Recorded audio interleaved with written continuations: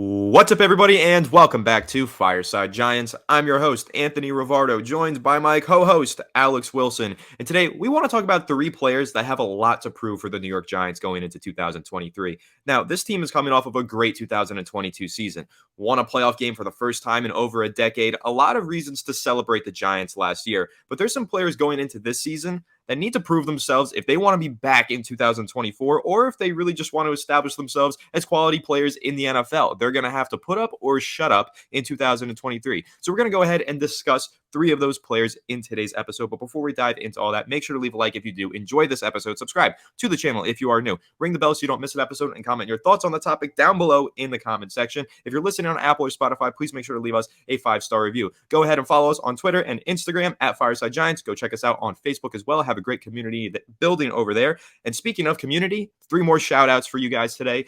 Bill Vaith, hope I didn't say that wrong, 3011. RSGG NATO, Christopher Rizzo, 2820. To the three of you, thank you for your comments on yesterday's episode, and shout out to all of you in the Fireside Giants community. We appreciate you endlessly. But without further ado, let's go ahead and dive into today's topic. Alex, how are you doing today, my friend? And who is the first player that you believe has a lot to prove going into 2023?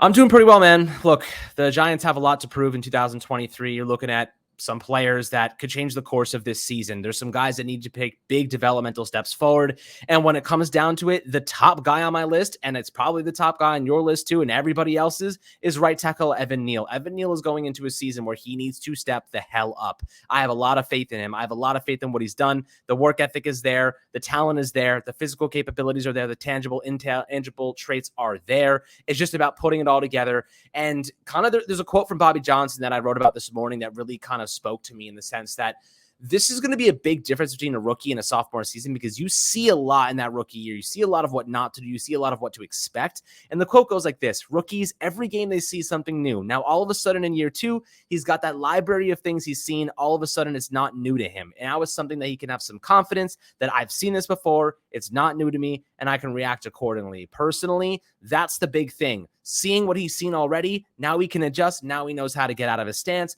He's already developing some of those things off of the team with third parties, and I think that right now he's in a good spot. If you saw the picture of him the other day, the guy is absolutely ripped. He's slimmed out a little bit. I think he's got a little bit more speed and agility to his game. If he can take that Andrew Thomas step in the right direction, having two bookend tackles in the NFL is a very difficult feat to achieve, and I think the Giants have the capacity to actually have those two great tackles, which would set up our offense, specifically quarterback Daniel Jones, and the explosive portion of our passing attack very nicely for 2023 and beyond. But Anthony, what are your thoughts on Evan Neal and the fact that he probably is the biggest kind of factor holding us back from maybe being good or bad, or even just good or great?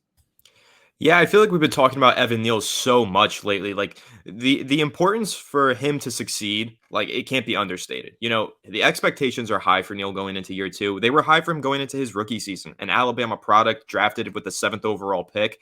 You're always gonna have high expectations when that's your story going into the NFL. But he really struggled as a rookie, and now Evan Neal needs to turn things around, kind of to avoid that bust label. I think it's far too soon to be throwing that word around regarding Evan Neal, to be describing him as a bust. But if year two he's equally as bad as year one, then I think those who call him a bust have a little bit more validity to their claims. So I do think it's important for him to turn things around in year two and take a big step forward so that we could start to feel confident in the draft pick that we got. I personally feel confident in Evan Neal. I think one of the reasons that I do feel so confident in him is because of his work ethic. He put in a lot of work this offseason, really retooled and reshaped his entire pass blocking stance. And I do think it's going to have really great returns on this upcoming season. I think that Neal is going to turn things around and be much better, but he really needs to. I think that if he has another bad year, it can have a serious side effect on the Giants offense. If Daniel Jones doesn't have good protection coming from his right side, and if Saquon Barkley doesn't have good rushing lanes on that right side,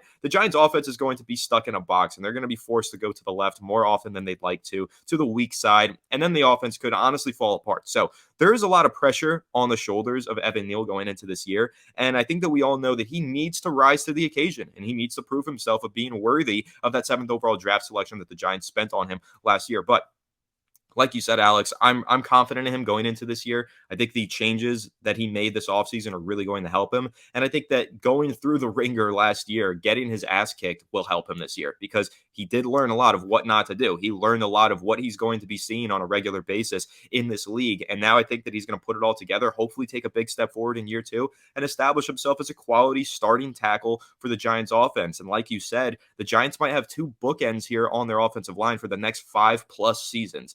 That is tremendously valuable. So again, there are so many reasons why Evan Neal needs to take a big step forward this upcoming year. But again, I think that he will take that step forward for all the reasons that we just discussed. But let's talk about somebody else that I think needs to prove themselves in 2023, and that's Adoree Jackson. The reason that I think Adoree Jackson has a lot to prove going into this year is because of the injuries. The guy has not been able to stay healthy throughout the entirety of his NFL career. And especially over the last 2 years with the Giants, he's missed 11 games with injuries in those 2 seasons. That's a lot of time for a highly paid cornerback who really is so important to your defense. I mean, we saw the importance of Adoree Jackson when he was out of the lineup this past season. But again, it took him being out of the lineup for us to see how important he was. He's always missing time with injuries every single year of his career. I think he's only played 1 full season in his career. So for Jackson, I think that going into this season, final year of his contract, he'll be a free agent next year. He needs to prove that he can be here long term and contribute on a consistent basis and stay healthy. So Jackson has a lot to prove, in my opinion, just in terms of the health, first and foremost, but second of all, because the Giants haven't shown much interest in signing Adoree Jackson to an extension. So there's a good chance that he goes into 2024 as an unrestricted free agent unless he proves himself to be a player that the Giants can't afford to lose. But right now, I don't know if you can say that he is a player that they can't afford to lose next offseason because of the injuries and the unreliability. He's not out there for full 17-game seasons. So for that reason, the Giants may look in a different direction at the cornerback spot. We know that they have Deonte Banks on the roster. He should succeed Jackson and become the CB1 at some point. But I'd like to see Jackson stick around long term. He's tremendously talented and very valuable to the defense. However, he's not nearly reliable enough for the Giants. So he's going to have to prove that he can stay healthy for a 17-game season and prove that he is worthy of that contract extension in 2023. So, Alex, what are your thoughts on Adoree Jackson going into a very crucial season in his career?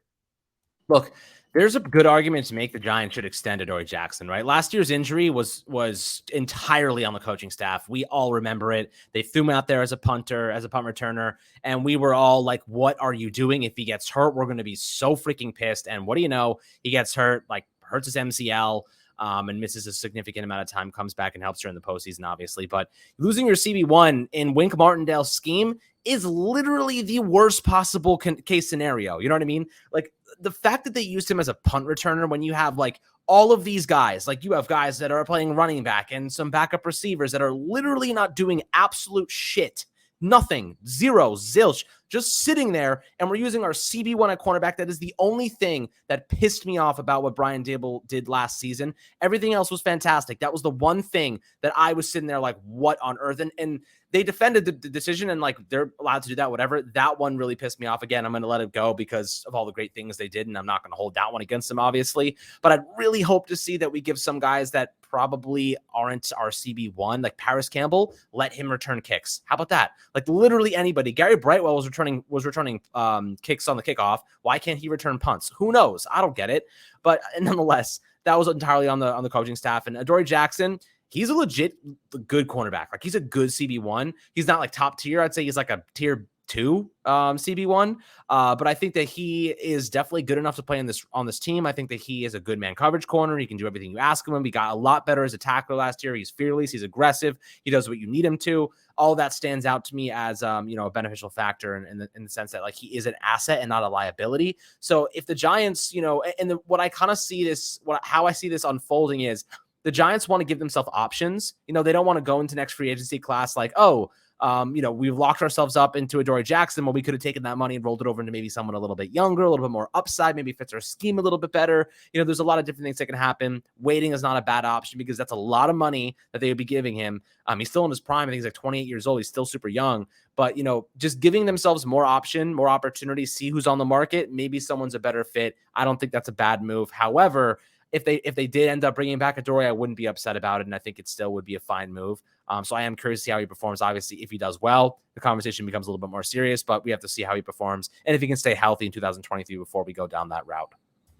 Yeah, I'd love to see Jackson get extended, but he's going to have to earn it. He has to prove that he's worthy of the extension because, again, I just think that the injuries are such a glaring factor in this argument where Jackson just can't stay healthy on a year-to-year basis. And so, do the Giants really want to invest even deeper into Adoree Jackson as he gets even further into his career and ages another year? I'm not so sure. So it'll be interesting to see if he does stay healthy this upcoming season. If he does perform well, again, I think he's super important to the team and he is a really damn good CB1, a very valuable player, but he's got to stay healthy. So that'll be the big question mark for Adoree Jackson in 2023. Can he stay healthy and earn that contract extension? And health will also be a variable for the third player that we're going to discuss, and that is Aziz Ojulari. Now, Aziz Ojulari's injuries last year hampered him throughout the course of the season, but when he was on the football field, that guy was playing at another level. 5.5 sacks in 7 games is a stat that we don't talk nearly enough about. That man was on pace to have a huge 2022 season, if not for those injuries.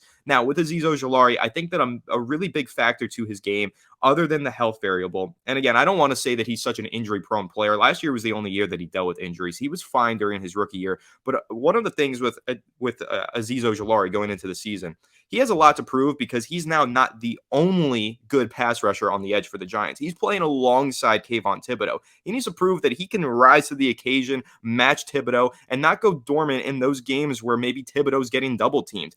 Aziz Ojulari has to prove that he can be a good, solid option when Kayvon Thibodeaux is getting all of the attention. Aziz Ojulari getting one-on-one blocks because the team is double teaming Kayvon Thibodeaux. You need to beat those one blocks and prove that you are the premier pass rusher that we believe you to be. So I think for Aziz Ojulari going into this year, staying healthy, a huge priority, but also maintaining that productivity that he had last year. Because again, 5.5 sacks in 7 games, tremendous production. But he needs to do that across a full 17-game season and show that it didn't just happen in spurts because he was finally in the lineup and then knocked right out of the lineup. I want to see it last for 17 full games. I want to see a week-to-week basis where Aziz Ojulari continues to dominate. And again, we saw a lot from him in his rookie season.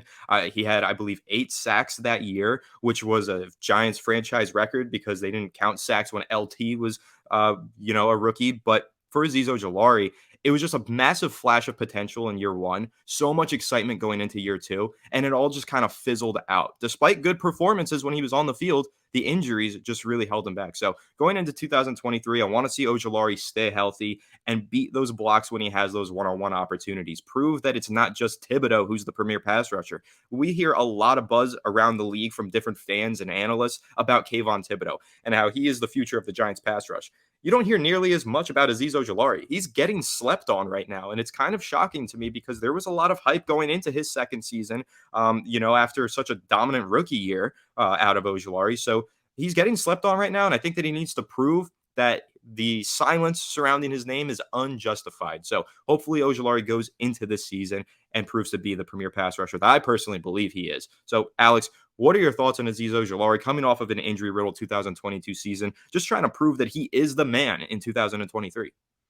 Look, Ojulari has all the talent in the world, guys. I know you agree with me on this. The guy's, the ceiling's sky high. I mean, look, he played 5.5 games last year. Like, one of them was half a game. The other one, he played like 7 snaps. I'm not even going to factor that in. He played like 5.5 games, and he had 6 sacks. You know what I mean? This guy can produce. He is an absolute killer as a pass rusher. That extra 10 pounds, guys, that extra 10 pounds that he gained is hopefully going to aid in his run stopping capabilities, sealing the edge, using a little bit more power, using that pass rush, that speed, that bull rush.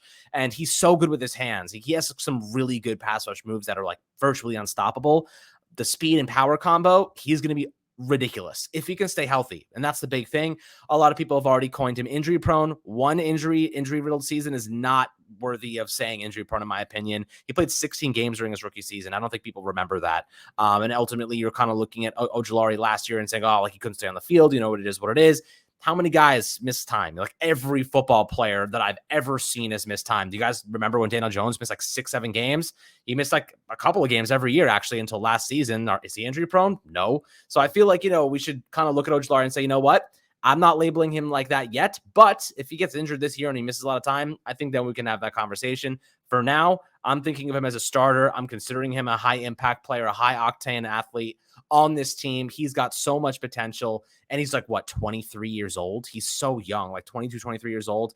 This is a kid, guys. I mean, he just turned 23 if he did. Like, this is a really good scenario to be in. The Giants have a ridiculously young defensive line. Aside from Leonard Williams, Kayvon Thibodeau is like 23, 22 years old.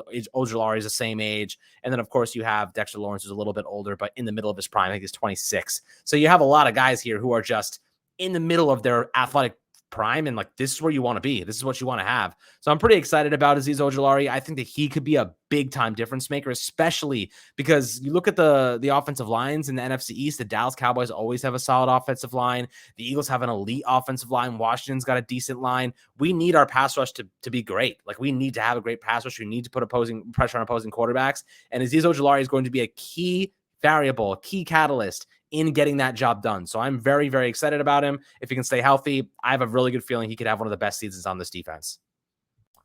Yeah, I think that he's a breakout candidate for sure. Again, I just keep thinking of that stat: 5.5 sacks and 3 forced fumbles in 7 games. That is such an elite level of productivity. But again, he's got to do it across the 17-game season to really establish himself as being a stud pass rusher. But I like what you said there about how young the Giants' defensive line is. They have a lot of youthful talent across that defense, even past the defensive line, getting into the secondary. Of course, we've got Deontay Banks, but Xavier McKinney's still young. Dane Belton's young. Cordell Flott is young. They have a lot of good young talent on that defense, but it all starts up front. You know, you win football games in the trenches oftentimes. So having these young pass rushers like Thibodeau, like Ojulari, who will be here for the next 5+ seasons, just building great careers with the Giants, that's the key to long-term success in my eyes. I think that we've seen that many times with the Giants, that the pass rush is quite often the key to winning a Super Bowl, as we saw in 2008, 2012, and even going back to the 80s and the 90s. The Giants always have had a good pass rush